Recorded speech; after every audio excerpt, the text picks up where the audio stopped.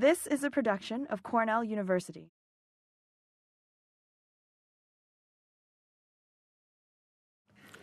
Welcome to the inauguration to Lift Our Spirits. I am grateful for this opportunity to introduce and briefly pay homage to my stellar colleagues. Their work has added, to use Blackmore's phrase, to the stock of available reality. And this reality for Alice and Helena in their selfless practice as professors consists of expanding a student's capacity to hold high intrinsic value to literature as is to life. But a few short remarks before I actually introduce them. The creative writing reading series is made possible through the ongoing generosity of Barbara and David Zalaznick, to whom we extend our heartfelt thanks. Can we give them a big hand?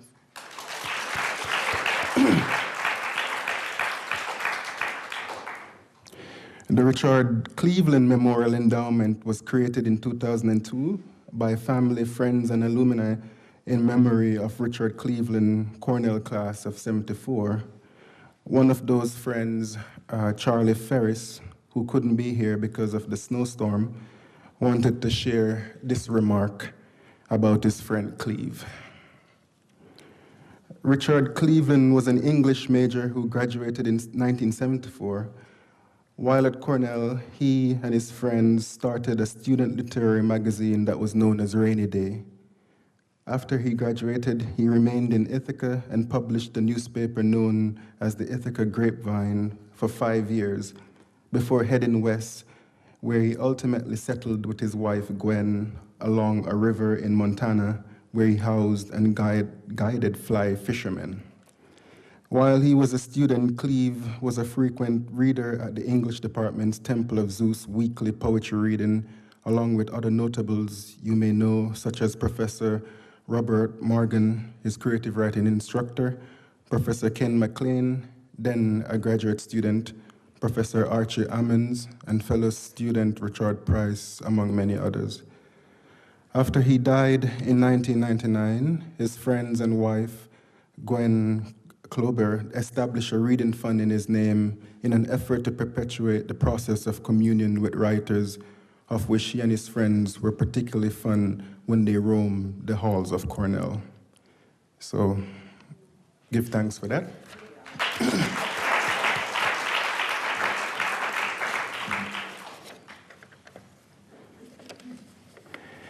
In the year 1611, John Donne prophesied Alice Fulton with these words: "She that should all parts to reunion bow, she that had all magnetic force alone, to draw and fasten sundred parts in one." No other contemporary American poet's work has harvested and continues to harvest the magnetic force of creating new sensations that startle us into attention to the particularities of our world and liberate the ear of the mind into places that it has never seen, like the magnificent yield of Alice's poetry. It is Alice's lyric gift to unsettle language and rupture us. But her gift also sutures our wounds, not with pathetic consolations or epiphanies. It is her singular authority to allow the marks from the healing to multiply into map lines, connecting or reconnecting us back with what is truly human, truly real, and truly, in the Fulton emphasis of the word, felt in ourselves experiencing the universe. If there is resolution in her poetry, it manifests as reciprocity. There's no withdrawal. And the inexorable reunion Alice's poetry achieves comes closest to answering that ever mystical question: what is poetry? Hers, of course, which constellates the feeling of a former world and the future. Thank you. Alice.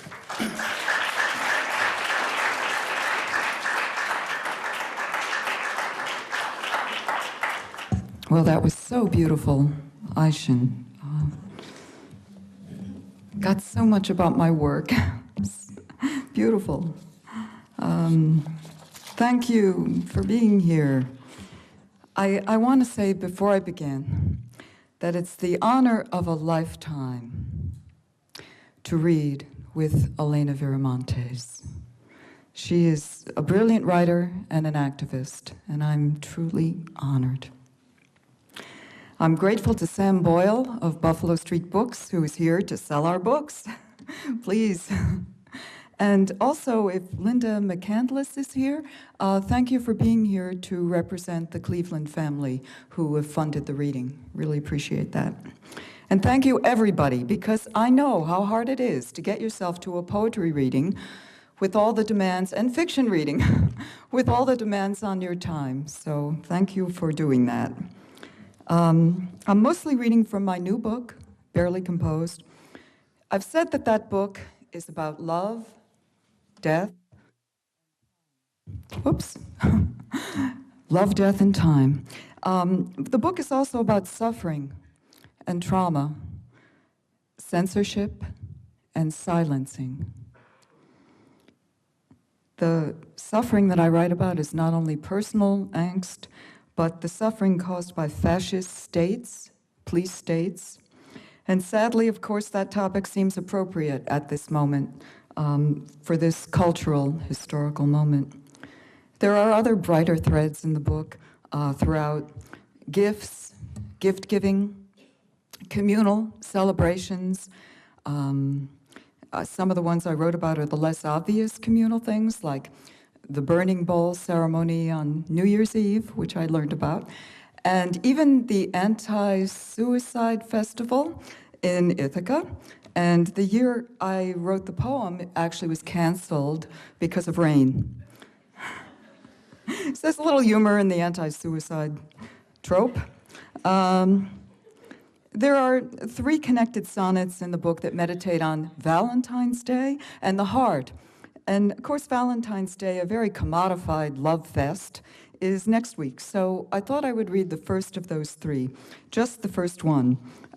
It's called Triptych for Topological Heart. And topology is a branch of mathematics that's concerned with connectedness and boundary. Triptych for Topological Heart. It befalls us, an exchanged glance, reflective spasm.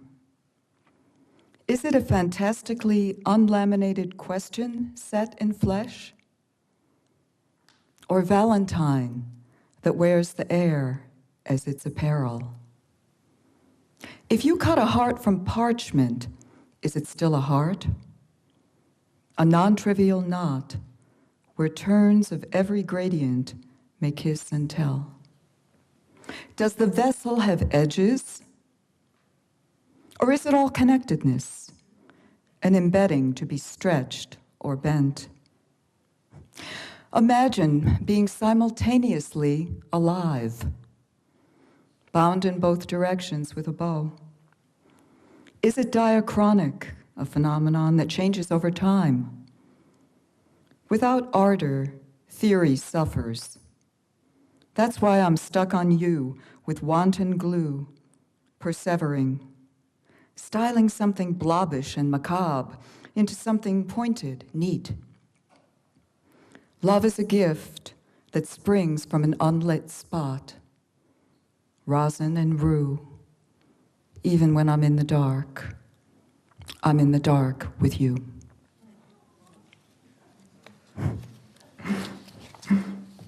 Well, it gets a lot more political after that.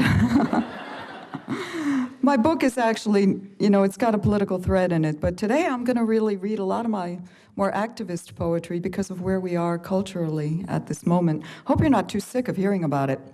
While I was writing this book, I was reading about repressive governments, and this was quite some time ago, but I learned that fascist states have a lot of enforced celebrations. And I wrote a poem set at such an event, and it's an apple festival. And believe me, this has nothing to do with the Apple Festival in Ithaca. I admit I got the idea from that. I admit that. It gave me the idea, but poetry isn't literal. And I began setting it in this dystopia I was imagining, this fascist place. So it's definitely not our Apple Festival. I'm sure you've heard that Trump, and I can't bring myself to say President Trump, I think of him as Star Palm Trump. I'll explain that later. But I've heard a rumor, actually I think it's the truth, not a rumor, that he supports waterboarding. And waterboarding is a thread in the poem I'm about to read. It's called Malus domestica. And that's the botanical name for apple, Malus domestica. And it also kind of means bad servant, unfaithful servant. Of course, the apple is the archetypal fruit, and it brought with it the knowledge of good and evil.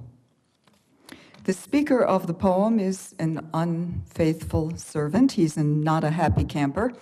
It's someone who works as an apple evaluator, and there are people who do this. So this job I'm describing is an actual job that people hold. He tastes the new apple hybrids.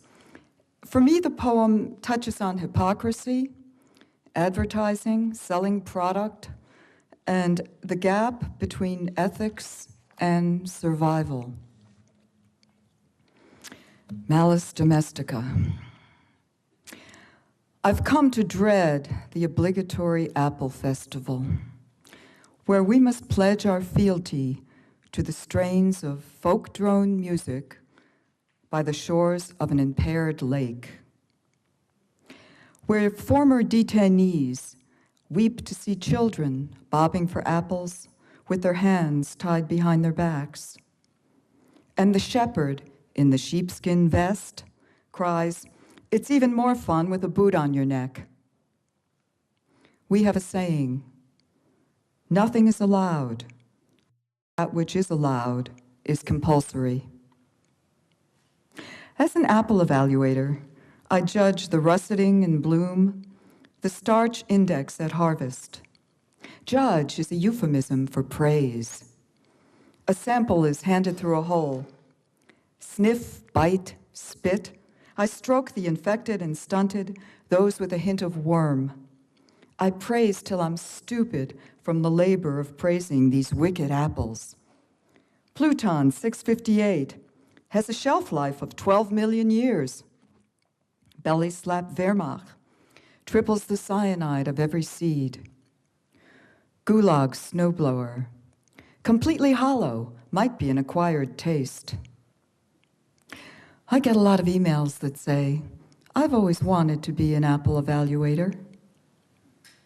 Once, I cherished the onceness of every apple's blush, knowing we might never fall into these forms of flesh again. Now I envy the bees, drowsing in their blossoms, drunk on the mouthfeel. For them, there is no distance between the necessary and the good. "Why do you keep hitting me when I'm already dead?" the detainee asked at the enhanced interrogation. He wanted to wipe his eyes on mine, but I was busy loading my pockets with apples for the penitential climb. Sniff, bite, spit. When I offered him the latest hybrid, he said, "We have a saying, giving it away doesn't make a thing a gift." I will read a poem from a sequence that was originally supposed to be in my book, Barely Composed, but it's still in progress.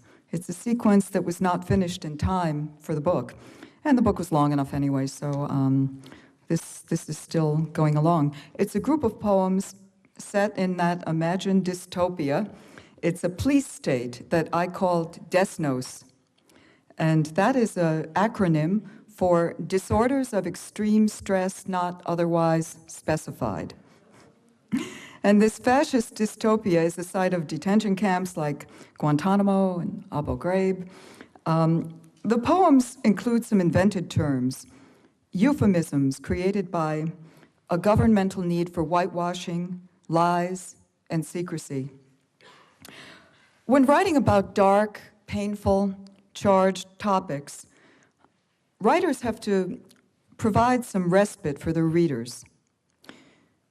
And humor is one way to do this, and language is another. I'll say more about that later when I read another poem. But there is some humor in this sequence, quite a bit actually. Both humor and language are ways to mediate the horror, the trauma, and to help us think about it. The prose poem that I'll read is spoken by a character called Star Palm, and I did say I call him Star Palm Trump. He's a chief executive officer, and his administration is called the Dread Mill. He mentions someone called Paulette, that's his chief political officer, and the low-ranking spin doctors and copywriters are called sheep pens. And any number of current players, current villains can fit those roles. So you can just think about whoever you want to dislike, actually, at the moment. So this is in the voice of Star Palm. The dread mill creates its one bubble. I was promoted through 5 remote access controlled doors. In the truth finishing cubes, the PR worms and sheep pens were crafting modified moods, like diseases created to match the drug. Shape the spin before it shapes us. Near the exsanguination station, on the cold pack setting, I observed a nest of rhinestoned electric chairs for the engineering of consent. My baton glowed in the smoke. The roar of the security vacuum threatened to destabilize the rattling of sabers, an uh-oh anthem that spangled the air with clash. Sam Paulette was probing collective thinking with dental instruments with his right hand and removing collected beard trimmings from decorative urns with his left. As he flogged our compulsory carnivals, stressing the bells on the harness, the festive tassels on the whip, it fell to me to mister-mind more poignant interrogation episodes. I naturalized our poolside globotomy programs by running them through the transparency enhancer. Sadly, our remote watercolors of tear gas canisters suffered water damage. The gallery had a lachrymose steam tray stench despite our recent fumigation. Tier number 2017 was marked by megadrop incontinence. I staunched the bleed with leeches. While dusting the gates of our gated community, I curated the buzz from village bazaars. Missable Hearsway described an apparition in the distance, a moving grief bigger than any whale. Its wagging tail and panting vitality surpassed all hitherto classified. A truth winkle, how to disavow it. My mind itched with angst, my sleep with slug lace. I frothed with wuss. I'm the star palm, I kept saying, but it was having none of it. Butter melt mouth. Though I lied 1,000 breaths, something must out. Well, this past week, and I'm not going to read all political poems, but I will read one more at least. This is a short one. This past week, both Coretta King and Elizabeth Warren were silenced by men. And I'm going to read a poem about silencing and censorship. The poem takes the shape of a redacted document with portions of the words blacked out. The redacted language, under the duress of censorship, becomes a barely composed testimony of disassociation. The poem is made of words bent out of shape under the pressure of enforced silencing, and a mutilated language emerges, a tongue so constricted and warped by trauma that it's partial. It's called Reckoning Frame. Tell the truth, rage, but never force. Go and in and. Oh is the widest word. Pull it tight and anchor it with a knot, a forming andage twisted to a sting. Not even vet wrap, laced in the dark, a corset ice, ouchsafed with stays, or a simple ice of hosiery fastened so the tongue is X'd as far as possible. Do not speak when spoken to in a vice. At a time like this, it's pain why. It is good to have ouching. Let them ache some. This aches them closer. This aches them feel. This is not rue. This is normal and should. It is oh. It is all. Tell the truth. Time does us. It has me. It has laced me in Everforce. The grave ate feeling. It is X ink. Do not wear bright anything. Keep your never person laced in the dark. This is natural, is normal and even, is rue. It aced me in the dark, its tongue against the oof, ushing the alive aback.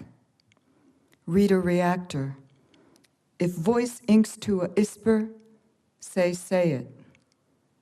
Now is Mall Eve. Even the will die. Well, I have kind of a moment of choice here. I can go in two directions. I can read a poem that is really a poem of resistance, a feminist poem of resistance. It's an oldie, it's a flashback, a blast from the past, from my book, Sensual Math.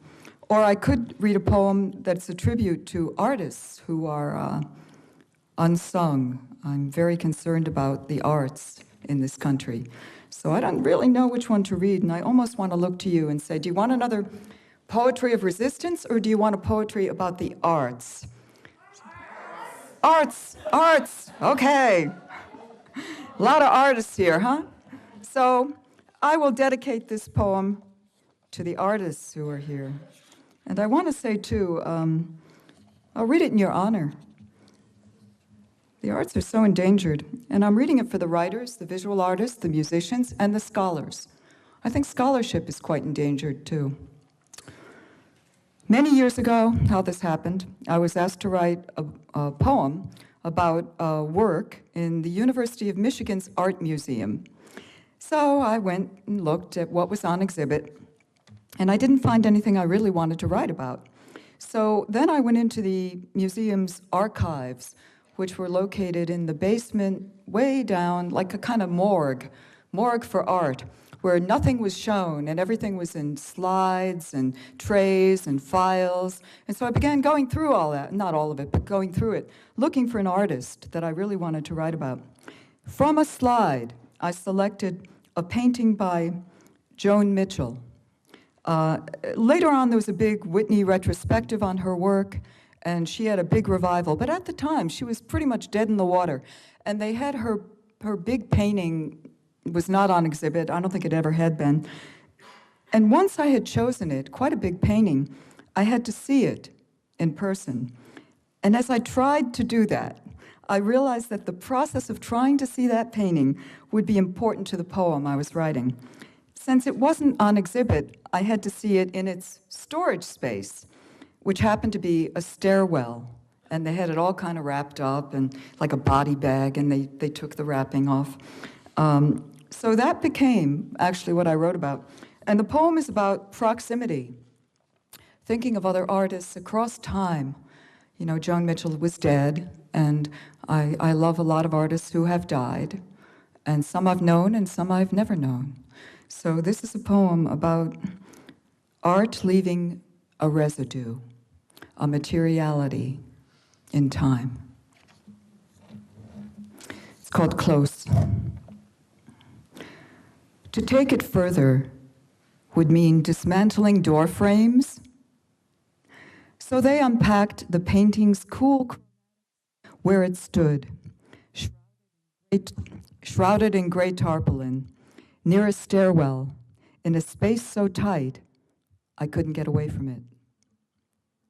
I could see only parts of the whole. I was so close.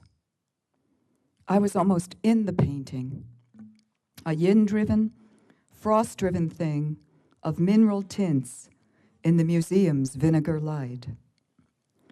To get any distance, the canvas or I would have to fall down the stairs or dissolve through a wall. It put me in mind of winter, a yin-driven enigma, and thought made frost. When I doused the fluorescence, it only became brighter. The background spoke up in bitter lungs of bruise and Eucharist, of subspectrum, a sentence left unfinished because everyone knows what's meant.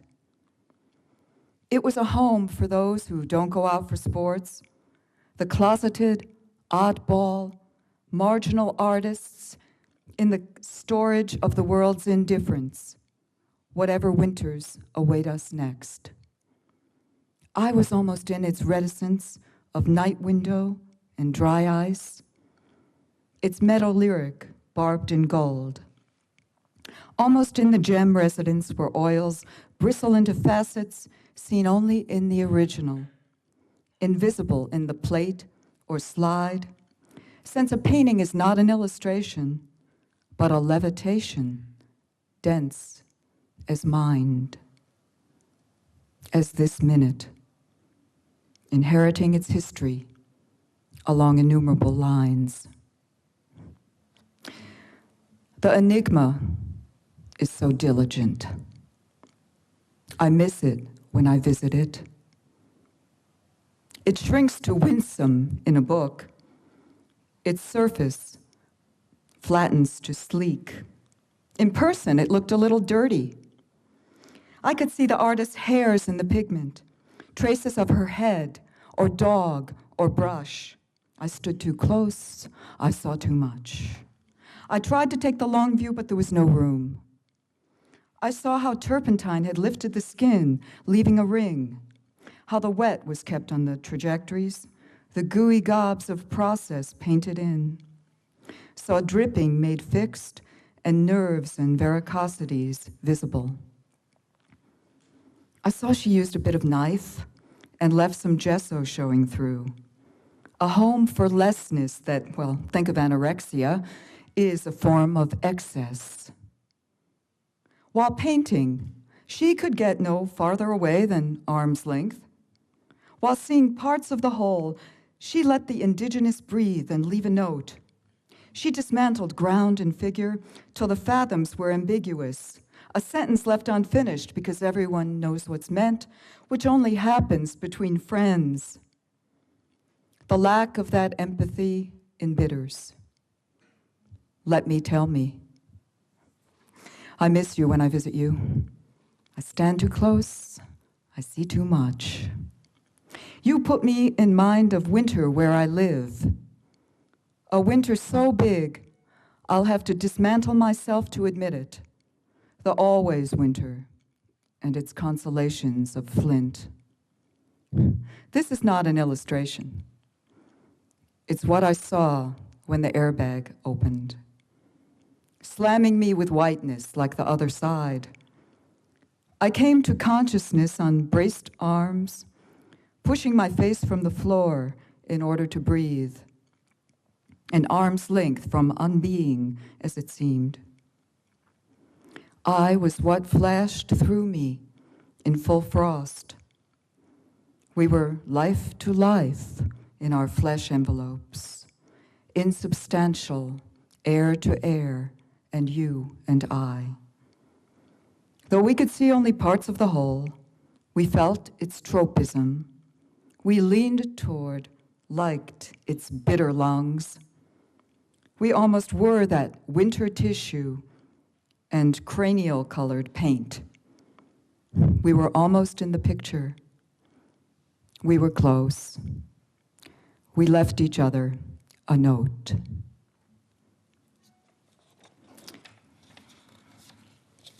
And I will end with a short poem, if I can find it. It's a couple of years ago, I was giving a reading, and I found out ahead of time that my reading was going to be interrupted by bells that were ringing a carillon like that right outside the window, about that far away. And it was a long carillon. I had been there at 6 o'clock before, and I knew what was going to happen. Why was it scheduled at that time? I don't know. Bad scheduling, I guess. But I had a problem thinking of how those enormous bells were going to slash through the middle of the reading. I wrote a poem to be read with them, to be accompanied by them, by the sound of time. My task now is to solve the bells. They are here to perform. How can I make them my co-creators? Salve their interruptions of air. What words will they upstage with their verdict tapestry? Time needs them, the way anything large that moves only forward and cannot stop needs a warning signal, as a train needs a whistle. The train here sounds annoyed, but the bells sound patient, as if they are stapling time.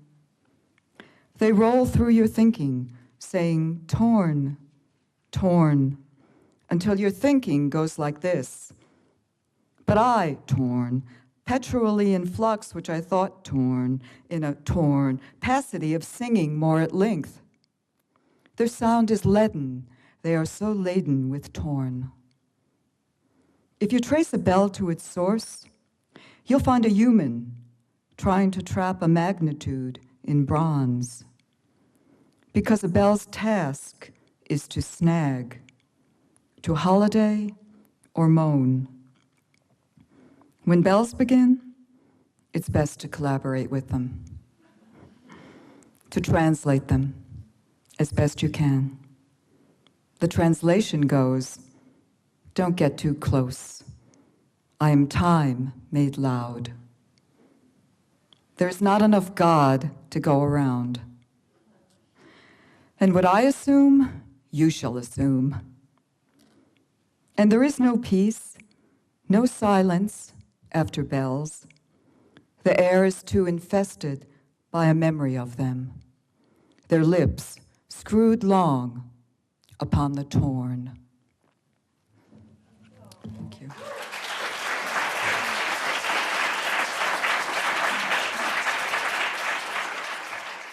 This has been a production of Cornell University, on the web at cornell.edu.